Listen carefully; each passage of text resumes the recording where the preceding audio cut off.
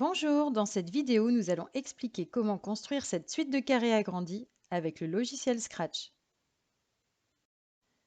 Pour cela, on peut commencer par réaliser cette suite de carrés simple. Le lutin part du point de coordonnées x 230, y 0. Les 5 carrés mesurent 50 pixels de côté et sont espacés de 20 pixels. Si vous ne savez pas comment construire cette ligne de carrés simple, allez voir la vidéo intitulée Scratch, réaliser plusieurs lignes de carrés. Le lien vers cette vidéo est dans le descriptif. Voilà, j'ai réalisé le programme de notre suite de carrés simples. Je vous en rappelle rapidement les principaux éléments. Au départ, on dit au lutin d'aller se placer au point de coordonnées x 230, y 0. Ensuite, on crée un bloc que l'on nomme carré.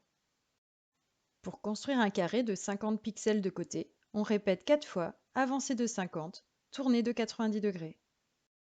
Avant de construire le deuxième carré, le lutin doit avancer de la longueur du côté du carré, plus de 20 pixels. Donc le lutin doit avancer de 70 pixels. Ainsi, pour obtenir la ligne entière, on répète 5 fois carré, avancer de 70. Voyons le résultat.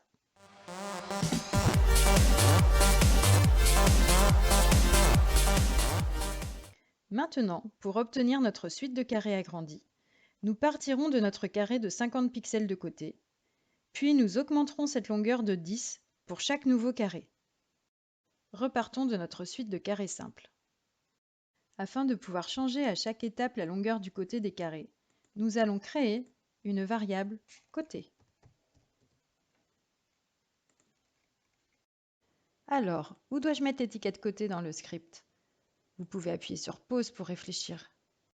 C'est la longueur du côté du carré. Nous allons donc la mettre dans le bloc carré. Au lieu d'avancer de 50, nous avançons de la longueur côté. Alors au départ, comme on peut le voir tout en haut, la valeur de la variable côté est à 0. Nous voulons que le premier carré mesure 50 de côté.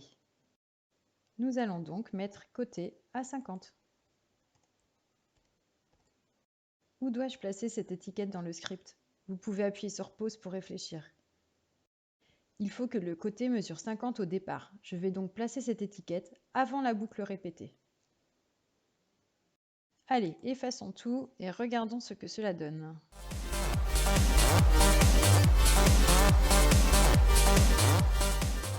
On obtient toujours la même ligne de carré. C'est normal car on avance de côté et le côté vaut toujours 50. Maintenant, nous allons devoir faire augmenter la longueur du côté de 10 pour chaque nouveau carré. Mais comment faire? Il suffit d'ajouter 10 à la variable côté. Où dois-je mettre cette instruction dans le script? Vous pouvez mettre sur pause pour réfléchir.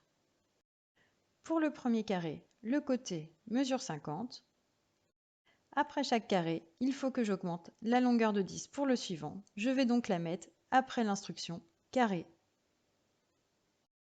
Effaçons tout et voyons le résultat.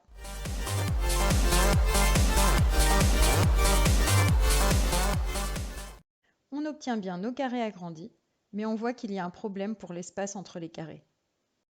Analysons la situation. Après avoir construit un carré, nous avancions de 50 plus 20, donc 70 au total. Maintenant, la longueur de chaque carré est égale à la variable côté. Nous allons donc avancer de côté plus 20. Dans mon script, je remplace donc avancer de 70 par avancer de côté plus 20.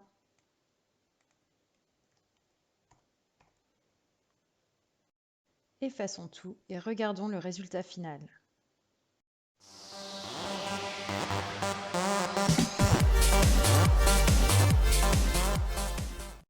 Alors là, il y a un problème. Le dernier carré n'était pas censé sortir de la scène.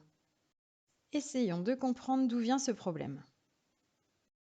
Reprenons notre script étape par étape. Tout d'abord, on construit un carré de longueur côté. Ensuite, on ajoute 10 à la longueur du côté. Ensuite, on avance de côté plus 20. Finalement, Par rapport à la longueur du côté du carré que l'on avait au départ, on a avancé de plus 30. Nous avançons donc de 30 pixels entre chaque carré, au lieu des 20 pixels initialement prévus. Donc à la fin, nous sommes rendus trop loin, on manque de place pour construire le dernier carré. Alors, que doit-on changer dans le script pour corriger cela? N'hésitez pas à appuyer sur pause pour prendre le temps de réfléchir. Eh bien, il suffit d'inverser l'ordre de ces deux instructions. On avance de côté plus 20 avant d'ajouter 10 à la longueur du côté. Va-t-on enfin obtenir notre suite de carrés agrandis? On efface tout et on regarde.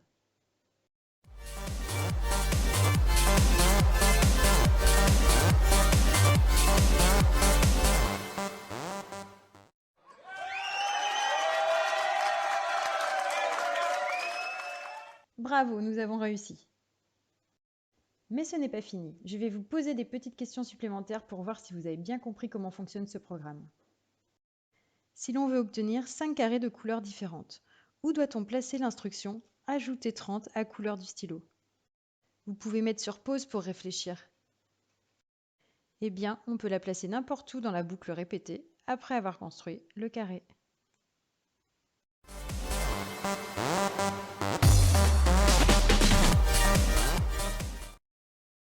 Maintenant, que faut-il modifier dans le script pour obtenir cette suite de carrés reliés les uns aux autres? Eh bien, la méthode la plus simple est de ne pas relever le stylo à la fin de chaque carré. On peut le mettre à la fin du programme. Vérifions.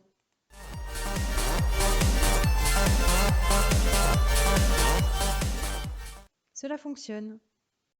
Question suivante, que doit-on modifier pour obtenir ces carrés collés les uns aux autres? Mettez en pause pour avoir le temps de réfléchir. Eh bien, il ne faut plus avancer de 20 pixels entre chaque carré. Après avoir construit un carré, on avance juste de côté.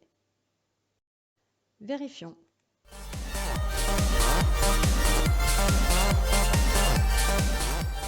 Et ça fonctionne. Allez, la dernière question. Que doit-on modifier pour obtenir ces carrés emboîtés? Eh bien, après avoir construit un carré, on n'a plus besoin d'avancer pour construire le suivant.